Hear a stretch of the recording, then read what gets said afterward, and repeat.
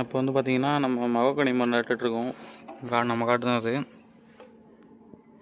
இது ஃபுல்லாக நட போகிறோம். அடுத்து நாளைக்கு ஜேசிபிக்காரர் வந்து பறிக்க போகிறாரு. இது ஃபுல்லாகவே மரக்கன்று தான். வீடியோ தெரியுதான் இல்லை, அந்த மூங்கில் மரத்துக்கடியில் நம்ம மரம் இருக்குது. மரம் ஃபுல்லாக வச்சு விட்டு 10 அடிக்கு ஒன்று வச்சுருக்குறாங்க. நம்ம வண்டியில் தான் கொண்டு வந்து வச்சிட்ருக்குறோம்.